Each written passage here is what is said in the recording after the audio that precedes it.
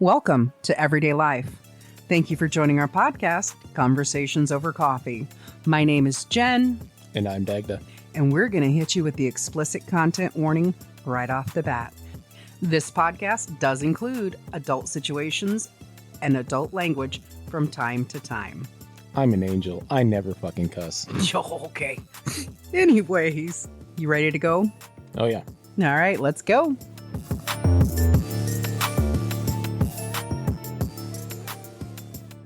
No. You can keep saying no, and I'm still going to do it. Yeah. No. Not interested. In being wrong? Nobody's interested in being wrong. Any fucking one. How you doing today? You doing all right? How you doing? Good. I'm doing good. How was your weekend? It's pretty good. Yeah. Played some video games. Yep. Hung out with some other friends. Yep. I found a new TV show. Oh, really? Oh, really? So the good thing is it's very intriguing. It sucked me in. I'm already halfway through it. The bad thing is they didn't do a second season. Of course. Here's the crazy thing. So HBO has the rights to it. HBO. Yeah. Anyway. Hobo boxing. Anyways, so it is based on a book that Stephen King did called The Outsider. Mm. And I haven't read it. I want to see if they have an Audible version of it, but I'm almost done with my Dresden stuff. But anyways, and so it's got Jason Bateman in it, and it's got, I am not gonna say his name right, no matter how hard I try. It's Ben Mendelholm. Okay. An Australian actor, but it's got Jason Bateman in it. The story is wild, and Cynthia Erivo as well. And she's the one who just played Elphaba in the Wicked and Wicked for Good movies. Not that you watched. Somebody. She was the evil witch. Yeah, she was Elphaba, the Wicked Witch. Which is funny because somebody at work's just like, I watched Wicked. I was just like, oh, what'd you think? Because they're very much a horror fan. They were like, I didn't move from my couch for 5.5 hours. I had to watch the second one. I'm like, oh my God. Like, was it really that good? And she's just like, yes. And I don't even fucking like musicals. And I'm like, well, there you go.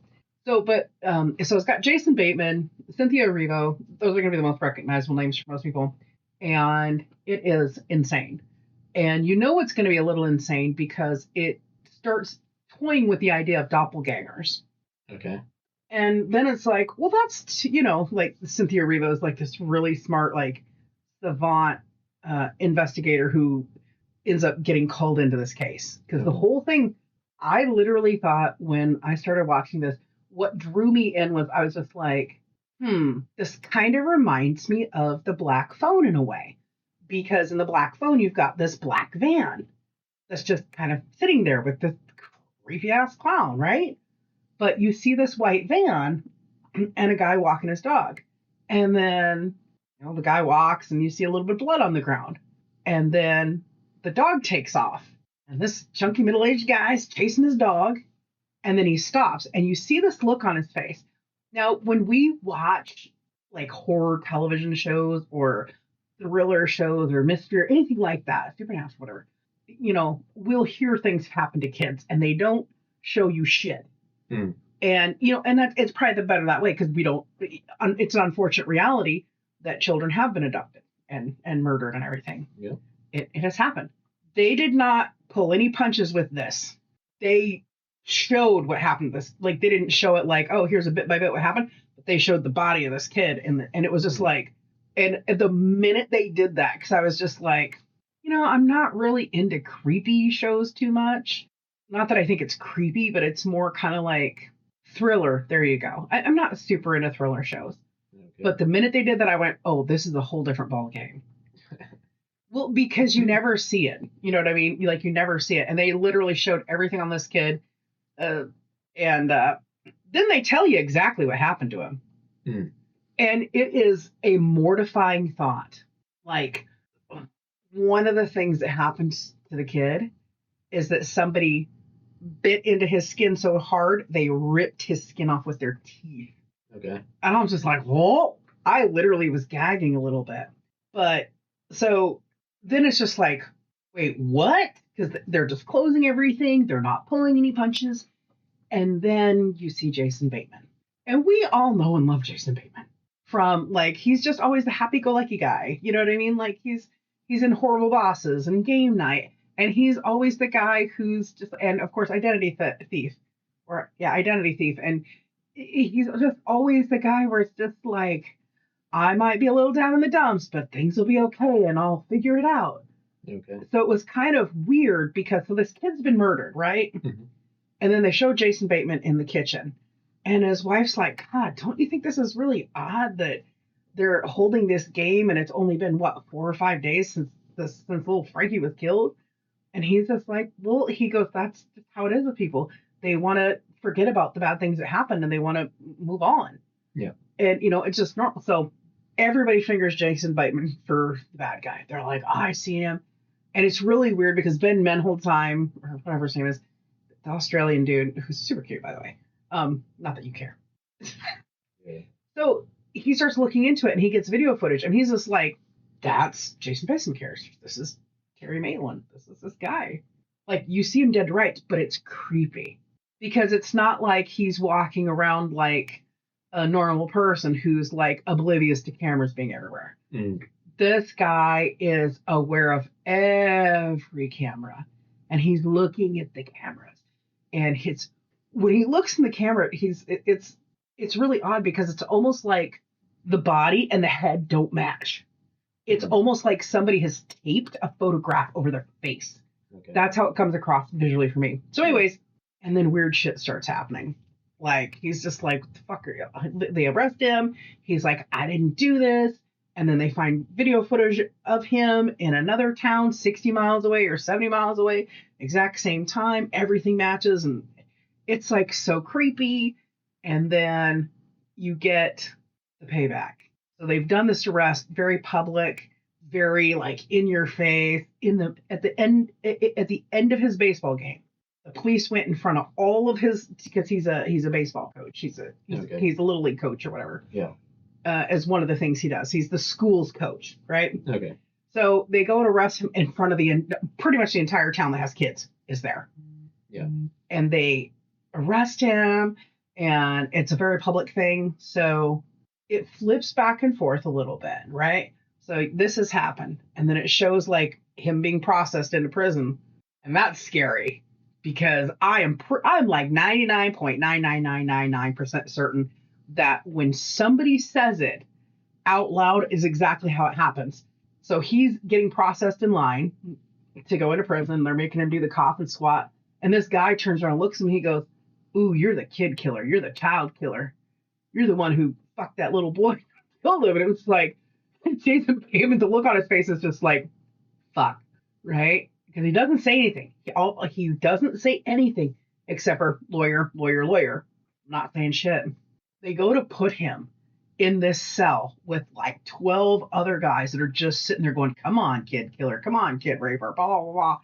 And he just looks at the staff, whatever, the corrections officer. Yeah. And he goes, you can't put me in there. I'll die. And he was just like, sounds like your problem, killer. And the other guard, the other correction officer goes, we don't need another one to die right now. It's like, what? So what do? They don't take him down around the way. They put him in the cell across from these guys who are just taunting him. Mm. So it is super crazy. It's super intriguing because first of all, you've got Jason Bateman who's doing both roles. Mm-hmm. Obviously, right? And it's just like, that's Jason Bateman. The worst thing he did was like punch somebody in Horrible Bosses. I mean, of course, I've got to check out I was recommended to check out his other show that he did. It's all complete. The whole story's complete. The Ozarks on Netflix. Oh, okay. Yeah, he was also in Hancock. He was the lawyer. Yeah. Well, and he was on that show that was everybody made a big whoop to do about. I never watched it, Arrested Development, where he was on it and then it got canceled. Then he came back. But I mean, I liked his sister and Family Ties, and I thought he was just a super cute kid because of his little freckles across his little tiny nose and underneath his cheeks, and of course he's married to Paul Anka's kid, so it's interesting. But it just kind of messed with me because I'm just like, how do you look at that face and then you see him in, they're describing things, right? Mhm. And then you see them and they're playing as these witnesses are saying, this is who I saw, this is what I saw, and you're seeing his behavior. And it is, I've never seen a role yet where Jason Bateman behaves that way. So disconnected from humanity, just so like this little girl, she's like 7 or 8, and she's one of the witnesses. And she's just like, I was walking through to go see my friend. Her mom's like, I was trying to give her a little independence. And they're like, well, what did you see? She's like, I saw Coach Terry, and he had a lot of blood on him. And he and I said, "Gee." And then it rolls right into her going, are you okay, Coach? That's a lot of blood. Yeah, a branch hit my nose. And you can hear her talking over this whole thing. And she goes, can I have another soda? And her mom's like, no, maybe after you're finished, right? Like, just total kid interruption. And he's like, well, what else? So the interviewer, who's Ben, what's his name in the show? Ralph Anderson, Detective Ralph Anderson. And he says to this little girl, he goes, what else? And she goes, well, the thing is, I've had a bloody nose before too, and it's just on my lip. He had it on his face, and literally, that's how he walks out of the wood, just very stoic but nonchalant, just duh, duh, duh, very robotic. And he walks out, and he's literally got blood all over his mouth, all the way down his chin, down his shirt, and he's just like, yeah, I got hit with a branch. Oh, like, so creepy. And what's really weird is they build this particular scene up with this little girl because you're just like, what the fuck?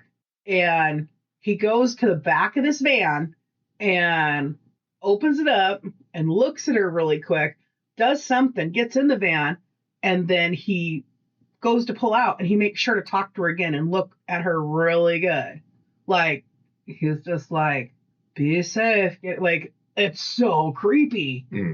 And so it's my high recommend for anybody who wants something different. Okay. Or a little bit of thinking. I mean, and it's not creepy. Well, okay. It's creepy in the sense that you're dealing with obviously an entity, right? Mm-hmm. You know you're not dealing with an actual doppelganger, because even if you have a doppelganger, you do not have the same fingerprints. But there's a couple of things in there where you don't quite understand it yet, which is fine. Because I did do some research today on this, and apparently what they're saying in the show is an actual like Babayaga, the Babayaga, the boogeyman. Every culture kind of has their own one, and they were talking about this El Cuco, and I'm like, they've got to be making that up. Nope, it's a real one, and it's literally it's the same thing as what we would call the boogeyman, or the Slavs, or Slavics would call Baba Yaga. Yeah, it's insane. But there is one scene, the only scene that actually creeped me out. And I mean, like, really creeped me out. Like, I was so terrified I was going to have nightmares or be visited by sleep paralysis demons that I meditated extra hard last night. like me and Benjamin had we had a 10-minute session. Me and Bernard had a 10-minute session. Benjamin was my other one that I don't have anymore. Anyways, so this guy, he's out at towards the like third episode of the show or whatever. It's like the very beginning, kind of end of the show. You see this guy and he's out hunting, and he gets a phone call. We need you to come back to work. Fuck, crap, whatever. Blah. Well, he goes back to work, and they're like, hey, we need you to go check this out in this barn to deal with this case with this murdered kid. And he's like, fine. Well, he goes and he gets pretty shit-faced at the strip bar and gets kind of in a fight. And then he goes to this barn, and the first thing that creeped me out is he's in this barn and he's walking through with his flashlight in front, because of course he gets there after everybody, because he went to the titty bar for a while, right? Mm-hmm. And then all of a sudden he stops and he turns around, and you can see behind him there's something behind him. Okay. And he like turns around and flashes his flashlight. And he's like, oh crap, you can see there is something there. And then he's just like, fuck. And then he puts it up again and there's nothing. And he turns around, and all of a sudden, I'm getting goosebumps. If I had hair, you'd see it. I'm getting goosebumps. All of a sudden, he stops and he goes, I'm a police officer. They know I'm here. Tell me what you need. Like let's get this over with, kind of thing. And then he starts screaming. And you're like, what the fuck? Right? So the next time you see him, he's like not been getting sleep and he's doing weird things. Like he goes to Walmart and he buys like a whole truckload of shit and throws it out in the woods. He goes and he kills a deer and drags over the shit that he put out in the woods, and then he gets lippy. I mean, and other stuff's happening as you're going. So they're kind of doing like these little snippets of everybody, but I think you would be very intrigued by this Jack storyline, Detective Jack storyline, because he reminds me of you in the sense where he'd be getting like really frustrated with, you said you'd leave me alone if I did all these things, fucking leave me alone, right? Like, what else do you need? So he's out in the woods and he's just like looking and he's like, oh, great, where's the gratitude? Because the lamp, one of the lamps that he's bought is like knocked over in the mud. It's like, I think it's like broken or whatever. And he's just like, if you don't like the lamp, get over it. And then all of a sudden he just hits his knees. And you're just like, he's like, I'm sorry, I'll do whatever you want to make it stop. And you're like, what the fuck's he talking about? Then you see that he's got these marks on the back of his neck, right? And it's like, man. And this guy, you just think he's nuts because there's nothing else there. So I'm giving total kudos to this actor. 100% a massive kudos to this actor. So the third big scene that you see with him, he is Ralph has asked him, hey, you want to help with this? Sure, no problem. And he goes and picks up Cynthia Erivo's character. Her name is Holly. She's a private investigator, but she's a savant. When you first meet her, she's just like, I can tell you how tall anybody is within how tall any building is within 6 feet. And she's like high accurate. Like she was listening to something and she works her way back in time. Like she can do all these crazy things, right? Just like massive photographic memory, and she don't know how she does it. Anyways, so she starts talking, okay, this is what my investigation, what I have uncovered and everything, right? So everybody goes their separate ways, goes back to their homes, blah, blah, blah, blah, blah. Jack goes back to his apartment. And he's just like, he walks in the door and he goes, oh God. And there's an old blonde lady standing there with this smile on her face. Okay. So like the smile from the movie Smile. And he's just like, oh God, why did he send you? She's like, who better? And on one viewpoint, you see this old lady comes rushing at him. And I mean old, okay? I'm talking silent generation old, okay? Okay. I'm not talking boomer. I'm talking old. And this little old lady, she's not that little, but anyways, kicking the shit. So you see this where she's kicking the shit out of him. She's like literally fucking kneeing him in the crotch, she kicks him in the ass, like a whole bunch and punching him and everything. And so you see that and you're just like, damn. And you know it's his mom. You already know it's his mom by the look on his face. You knew it was either his mom or his grandma. Had to be. Because it was definitely not his ex-wife. She's too old. So you see that, right? And you're like, oh, man. But he's a douchebag, so he kind of deserves it for the way he talks to women. But I'm going to give the actor like 100% creds, because then they show you what really happened, which is there's nobody there. It's just an unseen entity. And this actor, like, they had to have a pulley system or something, because it literally looks like his ass gets kicked by an invisible force. And he throws himself all over this apartment. It's just insane. He did such a good job. And I'm like, Dagger would love this part, because this guy who's just a dick to everybody, he's getting the shit kicked out of him. And you'd be sitting there going, yes, justice, yes. It's so good. So it's a big recommend. I'm a little more than halfway through. It's on HBO Max. So I mean, like, not a lot of people can watch it, but it is something I believe you can actually, I'll have to check, but you might be able to rent the whole thing from the library, or it might even be on Prime Video, because, Prime and HBO, they kind of switch stuff around a lot. Yeah. Like, this is something that, like, I've never seen it available on HBO before. I just know that by reading that HBO is the parent of this project. And so this was put out during the pandemic. And I think that probably was one of the reasons why it got, even though so this is written by Stephen King. And so even though Stephen King's like, yeah, I've helped, we've got a whole second season to go, all the players are interested, because of the pandemic and everything. I think that's why it didn't get opted. And now if they were to do it, it literally would have to be years later. Yeah. And Cynthia Erivo is she's a very sought after actress. even from before Wicked. She was very sought after. She's very versatile. She's done a lot of theater and everything. Good singer, actor, actress, dancer, everything. But some of the people who actually starred in the show are at this point dead in real life. Some of the older people. But man, I'll tell you, I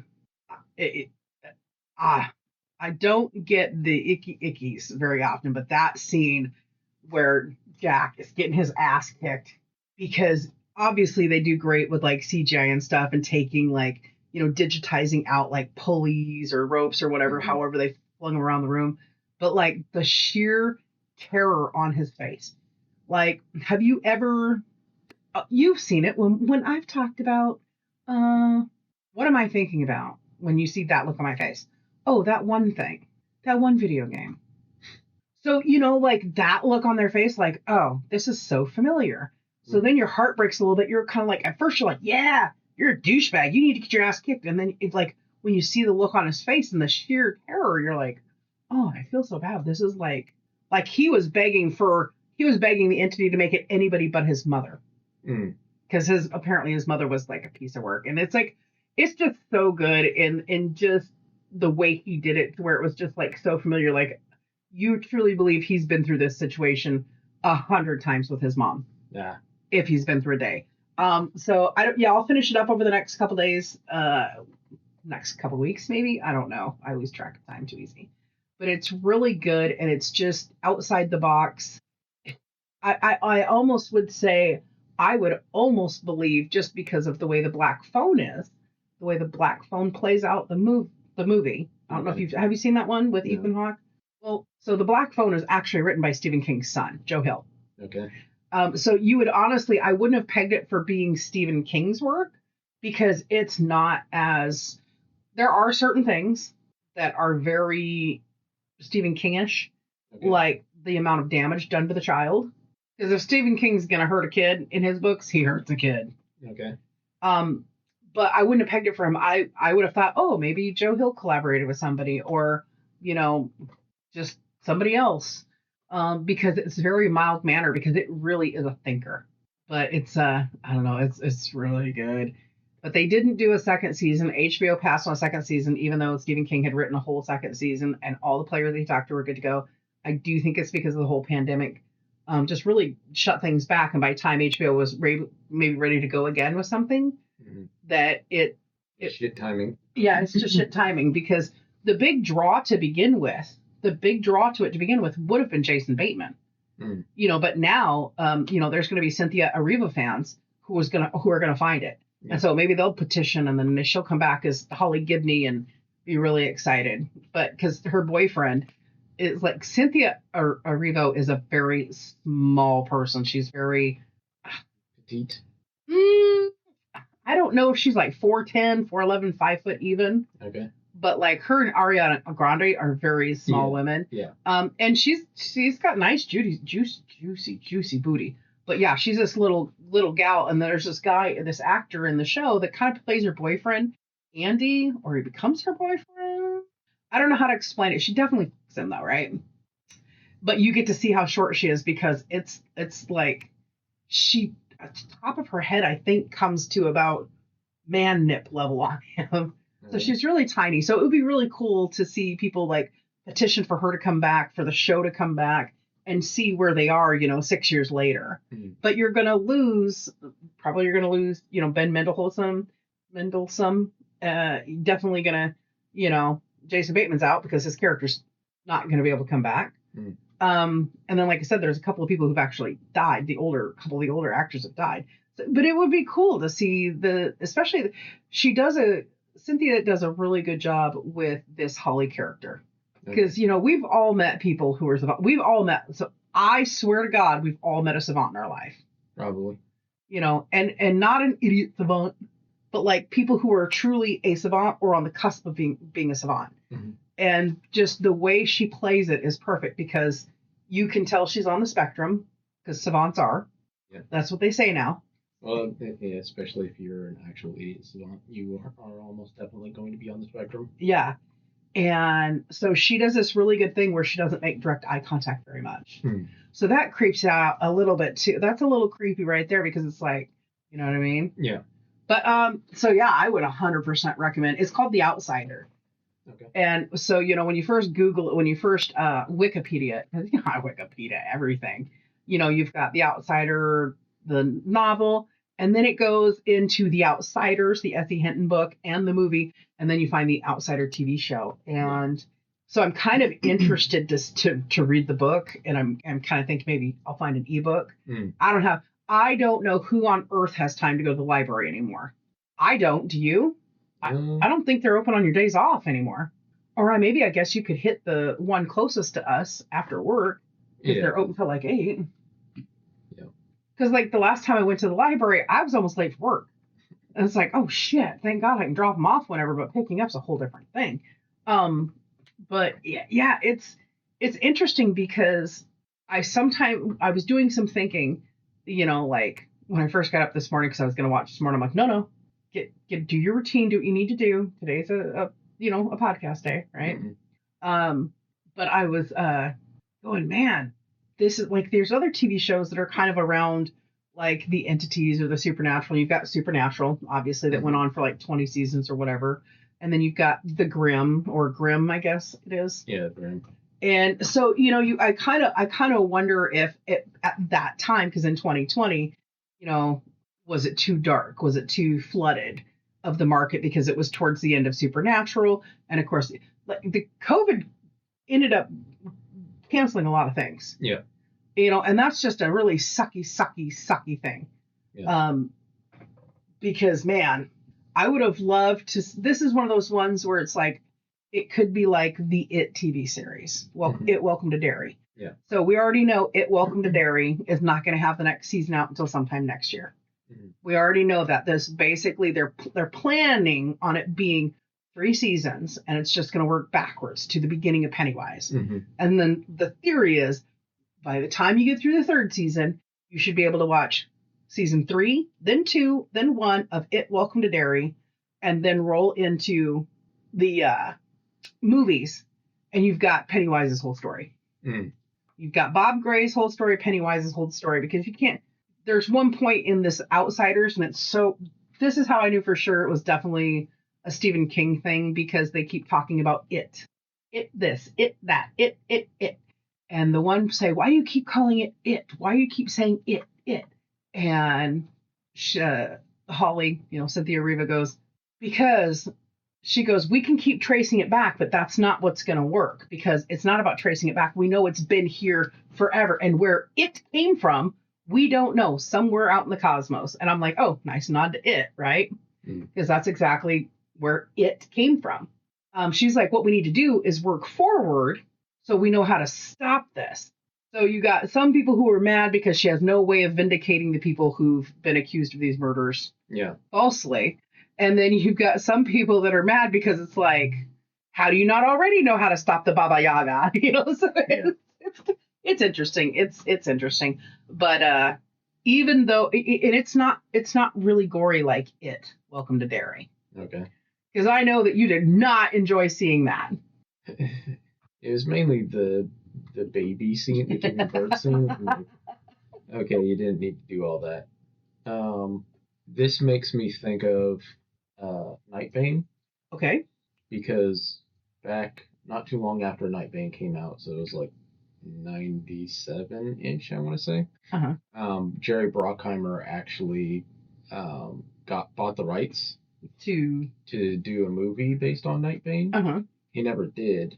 Doesn't mean he won't at some point. Well, the rights have expired at this point. Oh, okay. Because Kevin Siembita, the owner of Palladium Books, he's had that come in, that offer on that come in, and stuff for Riffs, his quote unquote main work. Although C.J. Corella is the one who wrote Nightbane, not Kevin. But when I heard about this, you were fanboying a little bit, huh? Yes, fucking Jerry Bruckheimer is gonna fucking be doing. Right. I was like, that was exciting.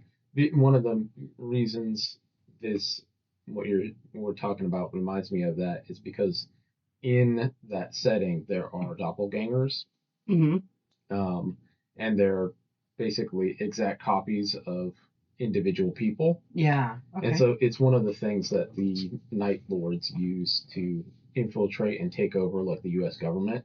They have shapeshifters, but then they also have actual doppelgangers of actual like the old like pod people that were like everything matched from the people they became. Yeah, they're exact copies. They have all your knowledge and all your skills. It's just that they're from a different reality. They're out to do evil. So sometimes, yes, they're not.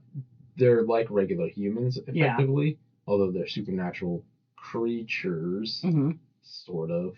They're like tougher than a normal human, but other than that, they're basically identical copy of you. And so some of them fall under the sway of the Night Lords, but some of them don't. So it's not guaranteed just because there's a doppelganger of you that they're an evil version of you. Right. Sometimes they end up being just like you, and sometimes they don't. Yeah.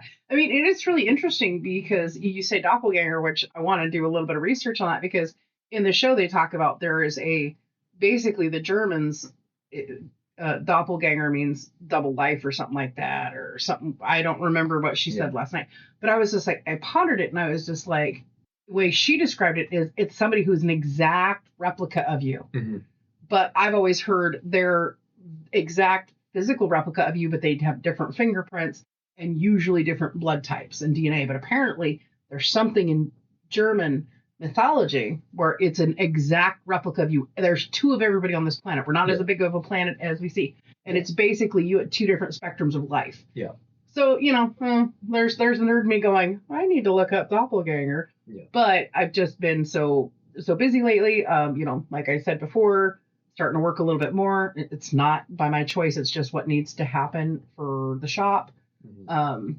So, I'm not super excited by it. I mean, I'm not going to complain about more money, but at the same time, it's just like, that's one of the points of why I took the job that I did and said, hey, this is how much I want to work, except for on rare occasions, but now it's being forced upon me.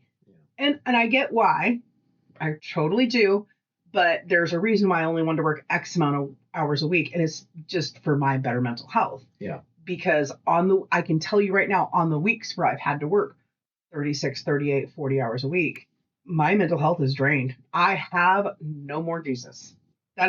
I'm telling you, and it's so weird because now I have regulars. And it's odd to me to have regulars again. Yeah. That I know by name and I know their health situation, and it's like in a very short amount of time. I had somebody come in on Saturday. I had to think because I'm like, she came in and she was like, how are you? Thank you so much for the other day, because she was in like 2 weeks ago. She was really sick, went to the hospital, and they were like, we think you're in congestive heart failure. And she was really upset. She got her only granddaughter and they were spending time together. And I said, I will say a prayer for you. I said, but don't, it's not going to be that bad. I said, just trust me. It's going to be okay. It's always going to be what it's supposed to be. Here we are 2 weeks later. She came in. She's back to work. She's back to normal. They put her on meds just to help keep her blood pressure down. But she had a pinched nerve in her neck. So she had to get an adjustment for that too. It was like, how often do you hear mainstream medicine say, you need to see a chiropractor, you've got a pinched nerve? Yeah. Like she got a cortisone shot in her shoulder. She went and saw her chiropractor and life is good. They've got her on medication but the thing is, so she's telling me on Saturday, she goes, I've been talking to a guy online and I'm so nervous. I'm going on my first date in like 4 years tonight. And I said, good, you'll have fun. She's like, I'm so nervous. I'm so scared. And I'm listening to her talk. And I said, listen, let me tell you something. You tell this person.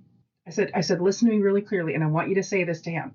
Because she's like, yeah, he's reassuring me nothing's going to happen that I don't want to happen. And everything's fine. And we're meeting. So, I'm safety and da-da. I said, listen to me. I said, you let him know from the get-go that you're acquaintance Jen, that you see every once in a while, who prays for you. I said, you'd say this to him. Say, hi, my name is redacted. And my friend Jen says, I'm a little bit sassy, but I'm very much classy. My pace, my rules. Just tell him. And it's so funny because she was just like, that's a brilliant way. I was like, look, there's nothing wrong with being classy and sassy. It lets them know that I will decide if I'm going to be that way. I said, you don't think I don't. She's like, this is why I love it. It's interesting. it's very interesting to me. It's a weird dynamic to have regulars again. I've got a gal who comes in that I met when I was doing moving and storage. Her first day and my last big day is where we met, and she remembers me all this time later. And she's just the cutest, sweetest little thing ever. Like, I pulled into work on Wednesday, and I see her head bowed walking out of the building because her boyfriend was in the military and he just got to move. And he didn't ask her to go with him. He didn't even ask her to marry. So it was a big, big thing for her. And I looked at her, and I didn't know if she heard me or not. And I'm like, really? You think you're going to get away without saying hi to me as I'm coming in? You're leaving me? You ain't never seen somebody run across that parking lot so fast. So it's a weird dynamic. I do want to research doppelganger because there's just so much going on. I'm German descent, obviously, right? Mm-hmm. I have the big German square head, which I love my square head. But I'm like, I gotta make little notes everywhere. Did you notice I cleaned my desk? No. It's not fucking 3 feet high. What the hell? I even got my notebook sorted. Dad, I got new runner and everything. Anyways, I recommend if you have HBO, if you have access to HBO at home, or even to the audiobook. It might be really interesting for you just because, it really makes you think about some things. Yeah. And I mean, Stephen King is a very good describer. So, anyways. I'm gonna, after the book I'm listening to now, I'm gonna listen to Necroscope again. Yeah? And then I'm gonna listen to the second book in the series. The second book in the Necroscope series? Yeah, Necroscope. And who writes that one? I don't remember. You're like, that dude. My uncle actually had some of his comic books. Oh, cool. I was like, wait, they made a Necroscope comic book? Because if I wasn't friends with Jeremy, I would have never heard of this book. Uh-huh. Let me see here. Brian Lumley. Which, yeah. Interesting. Well, cool. Okay, yeah, so it's quite a weekend. We got some busy weeks coming up. Mm-hmm. Got some crazy busy weeks coming up. Yeah. You're not even getting a day off for like 2 weeks. Huh? Well, I mean, family stuff is responsibility, so I look at it sometimes as work. Yeah. I mean, you're getting days off. They're just broken up this week. Yeah. All right. Well, I hope everybody has a great day. High recommend The Outsiders. It'll push your brain up a little bit. The Outsider. The Outsider, yeah, not The Outsiders. Although that's a fantastic movie too. Yeah, because when you first started talking about this, I was like, didn't they already make this movie? Yeah. I'm glad you corrected me because I said it twice last night to my partner. It's called The Outsiders. It's really good. And he was just like, what? It's The Outsider. And not He Who Walks Behind. I'm at that point in the book series where we've already heard that story. Yeah. And then they're getting more into the outsiders in that one. So it's a whole different thing. But anyways, I hope everybody has a fantastic day out there. High recommend if you haven't seen it and you want something a little creepy and make your brain think, check out The Outsider by Stephen King. Yep. Later. Bye. Okay, everybody. That's all the time we have for today. So I want to thank you for stopping by to enjoy the conversation. We're glad you're here, and please share and share again and share some more. And if you haven't already, subscribe. We'll be having another chat and another cup soon. We'll talk to you then. Look forward to seeing you.